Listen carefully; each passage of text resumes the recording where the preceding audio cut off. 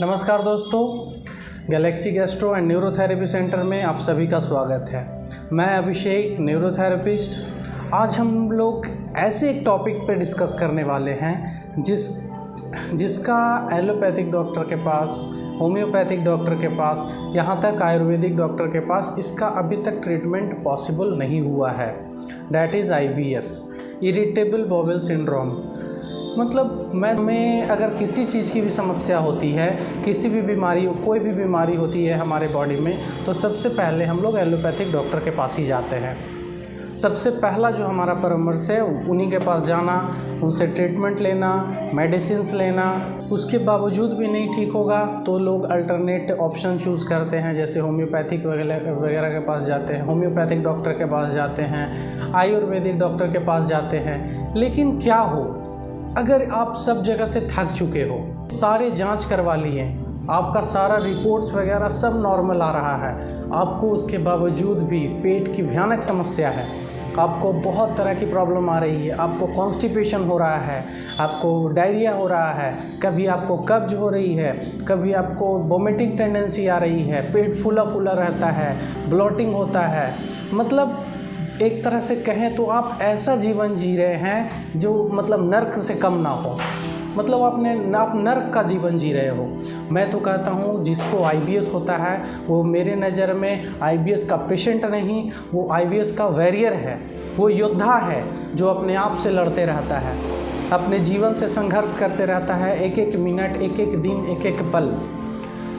ये जो समस्या होती है उनको, ये कोई और एक्सप्लेन नहीं कर सकता है, ये वही इंसान एक्सप्लेन कर सकता है जिस पर यह समस्या बीती हो या अभी प्रेजेंट में बीत रही है। ये इतनी घातक समस्या है। अभी हमारे इंडिया में अलग अलग जगह पर IBS की समस्या बहुत तेज़ी से फैल रही है। मैं यहाँ बिहार में बैठा हूँ, लेकिन लोग मेरे पास दुबई से फ़ोन कर रहे हैं, MP से फ़ोन कर रहे हैं, नागपुर से फ़ोन कर रहे हैं, मतलब अलग अलग जोन से फ़ोन कर रहे हैं। तो उनको भी IBS की समस्या है, वो भी बहुत ट्रीटमेंट करा कर थक चुके हैं, लेकिन उनको कोई सॉल्यूशन नहीं मिला है।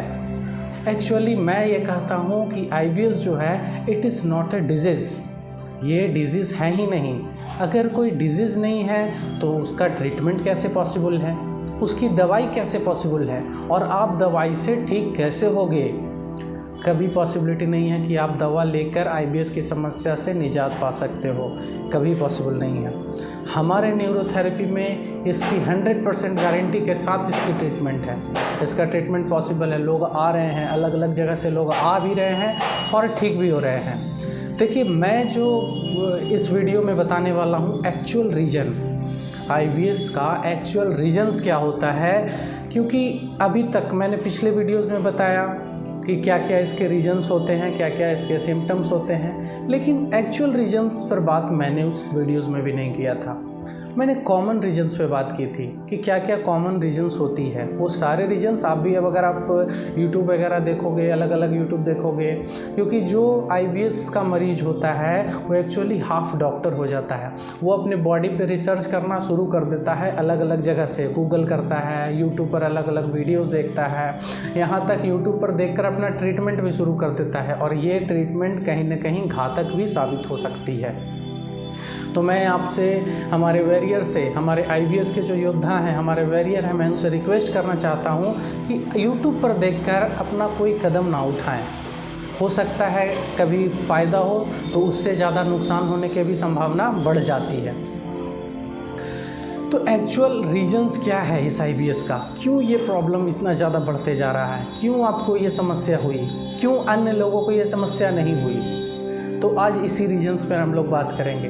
देखिए, इसका मैंने भी वीडियोज़ में बताया कि इसका जो कॉमन रीजन्स था कि हम लोग डाइट अच्छा नहीं लेते हैं, हम लोग फिज़िकल एक्टिविटी, आप जो वीडियोज़ वगैरह देखोगे उस पर भी यही चीज़ बताया जाता है कि आप योगा नहीं करते हैं वगैरह, आप अच्छा डाइट नहीं लेते हैं, ज़्यादा बाहर का सामान खाते हैं, प्रोसेस्ड फूड खाते हैं। तो ये सिर्फ IBS के प्रॉब्लम्स क्रिएट नहीं करेगी, ये बहुत सारी समस्या क्रिएट करती है। मतलब हम कह सकते हैं ये कैंसर भी अगर किसी को हो तो उसको भी ये जो है एक तरह का कॉमन रीजन्स हो सकता है उसके लिए, और कैंसर के लिए भी कॉमन रीजन्स इसको हम मान सकते हैं। किसी अन्य पेट में और भी कोई प्रॉब्लम हो रहा है, जैसे अल्सरेटिव कोलाइटिस हुआ, या फिर और भी कोई पेट में प्रॉब्लम है, ठीक है, गैस्ट्रोप्रेसिस हो गया, या फिर इंटेस्टाइनल कैंसर हो गया, तो ये सब सारे का जो सिम्टम है और सारे का जो रीजन है हम लोग कॉमन रीजन मान के चलते हैं, एसिडिक फूड वगैरह हो गया। लेकिन IBS का रीजन्स बिल्कुल अलग। मैं अभी तक जितने पेशेंट से मिला हूँ, अलग अलग पेशेंट आते हैं, अलग अलग सिम्टम्स लेके आते हैं, अलग अलग परेशानी IBS के लेकर आते हैं। किसी को कॉन्स्टिपेशन है, किसी को नींद की प्रॉब्लम है, किसी को ज़्यादा नींद की प्रॉब्लम है, किसी को वीकनेस की प्रॉब्लम है, किसी का वेट लॉस हो रहा है, अलग अलग समस्या लेकर आ रहे हैं IBS वाले। किसी को सुसाइडल थॉट भी आ रहा है, मरने का मन कर रहा है, जीने का इच्छा नहीं कर रहा है, तो इस तरह के प्रॉब्लम्स लेकर आ रहे हैं। मैं भी अभी रिसर्च मोड में हूँ। मैंने अलग अलग पेशेंट्स को देखा, अलग अलग सिम्टम्स लेकर आते हैं, तो मैंने एक कॉमन रीजन्स देखा सब में। एक कॉमन सिम्टम्स क्या देखा कि जितने भी IBS पेशेंट थे सबको एक बैड मेडिकल हिस्ट्री था। Bad medical history in the sense कि उन लोग बहुत ही बीमार रहे थे।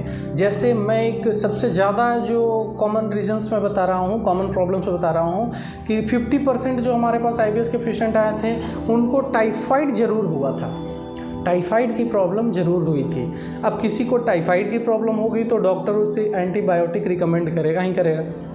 तो ये टाइफाइड क्या होता है कि मतलब हमारे पेट में खाने के थ्रू या कंटामिनेटेड ड्रिंक के थ्रू, वाटर के थ्रू टाइफी जो बैक्टीरिया होता है, सैल्मोनेला टाइफी बैक्टीरिया होता है, हमारे पेट में चला जाता है। वो फिर धीरे धीरे ब्लड स्ट्रीम में जाता है और वो हम लोग को अलग अलग सिम्टम्स दिखाता है, जैसे फीवर वगैरह हो जाता है, पेट से रिलेटेड इश्यूज़ भी आते हैं। तो डॉक्टर आपको एंटीबायोटिक ज़रूर दिए होंगे। अब मैं एंटीबायोटिक पे इसलिए जोड़ दे रहा हूँ क्योंकि यही एक रीजन्स हो सकता है, मैं कंफर्म नहीं बता रहा हूँ, ये सबसे बड़ा रीज़न हो सकता है IBS को क्रिएट होने में, या IBS की समस्या आपको हुई होगी, ये एक रीजन्स हो सकता है। अब एंटीबायोटिक क्यों? मैं ये नहीं बोल रहा हूँ कि एंटीबायोटिक ख़राब होती है। देखिए, अगर अच्छे तरीके से इसको यूज़ किया जाए तो एंटीबायोटिक हमारी जान भी बचा सकती। जब आप एंटीबायोटिक लिए होगे, ठीक है, तो एंटीबायोटिक क्या करता है, हमारे पेट में जाकर बैक्टीरियाज़ को मारता है, जो बैड बैक्टीरियाज़ है जो हमको प्रॉब्लम क्रिएट कर रहे हैं। जैसे टाइफाइड हुआ होगा तो सैल्मोनेला टाइफी बैक्टीरिया जो हुआ होगा उसको वो किल किया होगा, साथ साथ में अच्छे बैक्टीरिया को भी किल किया होगा वो एंटीबायोटिक। तो इससे तो गट डिसबायोसिस हुआ ही होगा, अच्छे बैक्टीरिया भी मरे होंगे, बुरे बैक्टीरिया भी मरे होंगे, ठीक है। तो एक इसमें प्रॉब्लम क्या आता है कि कभी कभी अब एंटीबायोटिक लेने से हमारे पेट में जो बैक्टीरिया होते हैं वो एंटीबायोटिक रेजिस्टेंस पैदा कर देते हैं। अब एंटीबायोटिक रेजिस्टेंस पैदा होने का मतलब अब एंटीबायोटिक का असर उस बैक्टीरिया पे नहीं होगा। दूसरा क्या प्रॉब्लम होता है कि आप जब एंटीबायोटिक ले रहे हो तो उससे हमारा इम्यून सेल, हमारे पेट में लगभग 75% से ऊपर इम्यून सेल होते हैं, हमारे गट में इम्यून सेल 75% से ऊपर होते हैं, तो हमारे गट में जो इम्यून सेल हैं वो भी वीक हो जाते हैं, इससे भी प्रॉब्लम क्रिएट होता है। अब जो है हमारा जो इम्यूनिटी सिस्टम है वो वीक हो चुका है, जो बैक्टीरिया हमारे इंटेस्टाइन में है वो एंटीबायोटिक रेजिस्टेंस हो चुका है। अगर किसी को टाइफाइड का हिस्ट्री है तो उसका जो टाइफाइड जो बैक्टीरिया होता है वो हमारे गट में छिप जाता है, वो ब्लड स्ट्रीम में जाता ही नहीं है। तो हम लोग को जो टेस्ट भी करवाएंगे तो वो निगेटिव आएगा, लेकिन उसका सिम्टम हमेशा दिखते रहेगा, वो हमारे गॉल ब्लैडर में जाकर छिप जाता है। तो हमारे जैसे ही किसी भी पार्ट में, कोई ऑर्गन में अगर वो बैक्टीरिया जो हम लोग इनगल्फ कर रहे हैं, ठीक है, वो बैक्टीरिया जाकर छिप रहा है, उस पार्ट को, उस ऑर्गन को वो स्लगिश कर देता है, मतलब उसका फंक्शन को, उसके फंक्शन को वो स्लो कर देता है। अब क्या होगा, वो कम काम करेगा। हमारा पूरा ऑर्गन, अगर एक पार्ट भी, अगर एक ऑर्गन भी हमारे डाइजेस्टिव सिस्टम का स्लोअर काम किया तो उसका इफ़ेक्ट हमारे पूरे डाइजेस्टिव सिस्टम पे आता है, हमारा पूरा डाइजेशन गड़बड़ हो जाता है, पूरा डाइजेशन ख़राब हो जाता है, जिससे हमको अलग अलग सिम्टम्स दिखते हैं। ये वन ऑफ द रीजन्स हो सकता है, इस IBS के प्रॉब्लम का एक रीजन्स ये हो सकता है। दूसरा रीजन्स है कि आजकल एलोपैथिक डॉक्टर के हर एक प्रिस्क्रिप्शन में आपने देखा होगा कि गैस की दवा वो ज़रूर रिकमेंड करते हैं, चाहे वो आप किसी भी तरह के प्रॉब्लम्स को आप लेकर जाओ, आप दर्द का प्रॉब्लम लेकर जाओ, फीवर का प्रॉब्लम लेकर जाओ, किसी भी तरह का प्रॉब्लम आप अगर लेकर जाते हो तो आपको एंटीबायोटिक और साथ में गैस की दवा ज़रूर मिलती है, वो कंपलसरी है। आप किसी भी प्रिस्क्रिप्शन में देख लो, गैस की दवा आपको ज़रूर मिलेगी, वो आप भली बात ही जानते होंगे। तो अब ये गैस की दवा क्या कर रही है? जैसे आप अगर गैस की दवा खाते हो तो गैस की दवा का काम है हमारे जो स्टोमक है उसमें एसिड के सिक्रीशन को कम करना। एसिड का सिक्रीशन कम होगा तो आप कैसे एक्सपेक्ट कर सकते हो कि आपका डाइजेशन अच्छा हो? आप एक्सपेक्ट कर ही नहीं सकते। हमारा एसिड जो है बहुत ही इम्पॉर्टेंट रोल निभाता है हमारे डाइजेशन में। जो आप खाना खाते हो तो सबसे जो बेस्ट डाइजेशन होता है हमारे स्टोमक में वो एसिड करता है, और जितना कम एसिड होगा उतना इम्प्रॉपर डाइजेशन होगा, उतना इम्प्रॉपर एसिमिलेशन होगा, उतना इम्प्रॉपर हमारा एब्जॉर्प्शन होगा। तो आपका बॉडी वेट कम होना लाजमी है, होगा ही होगा। तो मैंने निष्कर्ष निकाला 2 चीज़ों पे। मैं ये नहीं बोलता कि आपको एंटीबायोटिक वगैरह, ये गैस की दवा, ये सब लेने की ज़रूरत नहीं है। देखिए, हमारा सबसे पहला, अगर आपको कोई प्रॉब्लम होती है तो ये सबसे पहले आप रिकमेंड करें, एंटीबायोटिक आप लें। लेकिन इसके डोजेस को, इसके कोर्सेज़ को कंप्लीट होने के बाद, एंटीबायोटिक के कोर्स को कंप्लीट होने के बाद आपको पेट के लिए कुछ मेहनत करने की ज़रूरत है। आपको गट के बारे में सोचने की ज़रूरत है। देखिए, आपका पेट जो है एंटीबायोटिक से तो डिस्टर्ब हुआ, आपका जो गुड बैक्टीरिया है वो भी मर गया, तो आपको इसके प्रोडक्शन की ज़रूरत है। आप ऐसा खाना खाएं, अगर आप भी एंटीबायोटिक डोज से निकले हो, ठीक है, तो आप ऐसा खाना खाओ ताकि आपके जो गट में जो बैक्टीरिया है उसका ग्रोथ बढ़े। आप हाइड्रेटेड रहें, पानी का लेवल आप बढ़ाओ। हमारे पास सबसे पहले हमारे पास जो पेशेंट आते हैं, सबसे पहले हम इस प्रोसेस से उस पेशेंट को ज़रूर गुजारते हैं, क्योंकि ये सबसे इम्पॉर्टेंट चीज़ है। सबसे पहले हमारा जो स्टेप्स होता है वो जितने भी आपने दवाई लिया है, जो मेडिकेशन लिया है, उसके साइड इफ़ेक्ट को ख़त्म करना। हमारे न्यूरोथेरेपी में कुछ ऐसे पॉइंट्स होते हैं, सबसे पहले उस पॉइंट्स को देकर जितने भी इन्होंने दवा खाया होगा उसके साइड इफ़ेक्ट को हम लोग ख़त्म करते हैं। जैसे हमारा न्यूरोथेरेपी में पॉइंट्स होते हैं, ADR होते हैं, मेडुलार्स होते हैं, 30 मेडुलार्स होते हैं। सो सबसे पहले इसके साइड इफ़ेक्ट को ख़त्म करते हैं हम लोग। दूसरा, हम लोग प्रोबायोटिक प्रीबायोटिक के डोज को बढ़ाते हैं ताकि जो गट में जो डिसबायोसिस हुआ है वो बैलेंस हो जाए, वो फिक्स हो जाए। तीसरा, हम लोग उस पेट को बहुत ही हाइड्रेटेड रखते हैं ताकि पानी का कंजम्पशन उनका बढ़ाते हैं। चौथा, हम लोग स्टेप करवाते हैं, उनको योगा करवाते हैं, उनको मेडिटेशन करवाते हैं ताकि वो स्ट्रेस फ्री रहें, ताकि उनका जो माइंड है बिल्कुल पीसफुल रहे, स्ट्रेस फ्री रहें, हैप्पी हार्मोन उनका रिलीज़ होते रहे। तो ये सब कुछ स्टेप्स हैं। तो ये जो है हर एक IBS पेशेंट को इस पर फोकस करने की ज़रूरत है। ट्रीटमेंट से पहले ये प्रोसीजर होना बहुत ही ज़रूरी है, तभी वो IBS पेशेंट 110% क्योर हो सकता है, अन्यथा वो कभी ठीक नहीं हो पाएगा। मैं एक लास्ट रिकमेंड करना चाहूँगा, एक चीज़ मैं बताना चाहूँगा कि अगर आप IBS पेशेंट हो, अगर आप IBS वॉरियर हो, अगर आपका भी टाइफाइड हिस्ट्री रहा है, क्योंकि ज़्यादातर लोगों में मैंने अभी तक जितने लोगों से बात की, मोस्टली 50%, मैंने ये कहूँगा कि 80 to 90%, 50% लोगों का जो हिस्ट्री है वो टाइफाइड हिस्ट्री रहा है। तो अगर आपको भी टाइफाइड हिस्ट्री रहा है तो उन्हें ये जो मैंने प्रोटोकॉल बताया है, इस प्रोटोकॉल को आप फॉलो कीजिए सबसे पहले, ठीक है।